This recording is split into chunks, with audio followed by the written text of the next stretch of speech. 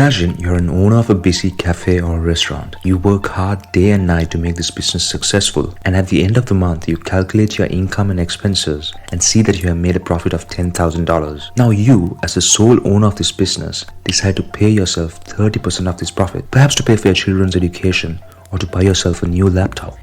You decide to reinvest the remaining $7,000 on a new barista machine for the cafe. The following month, your profits increase to $15,000 because your customers like your new coffee. You now take another 30% out, which is $4,500, and invest the remaining $11,500 back in the business. I can go on like this forever.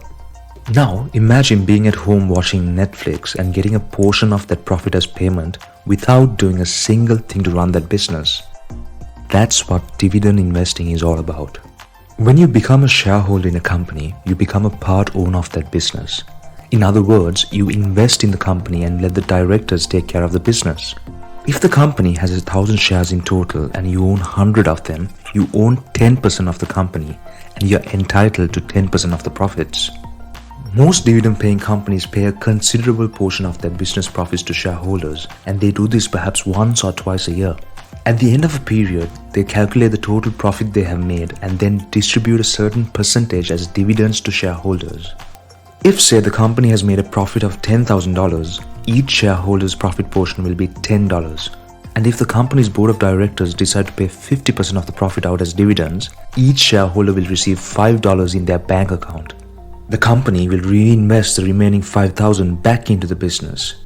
To get a better idea, Google the total number of shares Facebook has on issue and the dividends they have paid per share most recently. Now that we know how dividends work, let's go through a few things you should know about dividends. Number 1. Dividend payout percentage. This is the percentage the company pays out as dividends from the total profit it has made. This can be 20%, 30%, or sometimes even 80 to 100% depending on the company.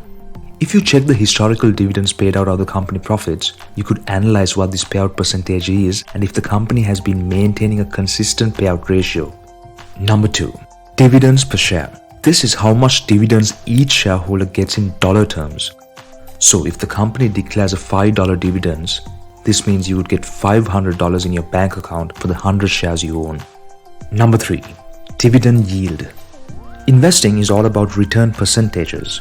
What I mean by this is that you should analyze the return you receive compared to your investment. If you had paid $100 for a share and received $5 as dividends from that share, as a percentage, your dividend yield is 5%. Investors have to make sure that this percentage is higher as it can be. So, compare the share price against the dividends per share as a percentage instead of in dollar terms. Number 4. Dividend ex-D date. When a company announces the dividends, there will be quite a number of investors who hold this share at that time. In the stock market, ownership of shares change every second and the company can't keep track of every transaction to decide whom to pay the dividends to. So, they set a date called an ex-dividend date or an ex-D date. Any shareholder who owns the share before this date is entitled to receive the dividends for themselves. So let's say the ex-D date is on the 20th of October and you purchase the share on the 19th October. You will be part of the list of shareholders the company will remit the dividends to. If you buy the share on the ex-D date or after, you would not receive these dividends and will have to wait until the next dividend announcement. Number 5. Dividend payment date. This is the date that the dividends is paid out to shareholders through either a bank transfer or a check. Any shareholders who held the share until the date of dividend ex-D would have the dividend amount credited to them. Number 6. Cash or script dividends. Companies could opt to pay the dividends in the form of a cash payment or a script payment. Cash payment, as the term insinuates, is a payment of dividends in the form of cash. However, some companies opt to pay dividends by issuing new shares which are called script dividends. The dividend payment could be in the form of one new extra share for every 10 shares held. Companies do this if they need to retain cash in the company to maintain a healthy financial position.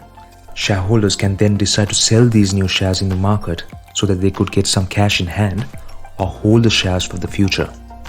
Now, there are investors who rely on dividends alone for their income. Their strategy is to own shares of companies that have a high dividend yield. This way, they have a constant stream of income coming into their bank accounts.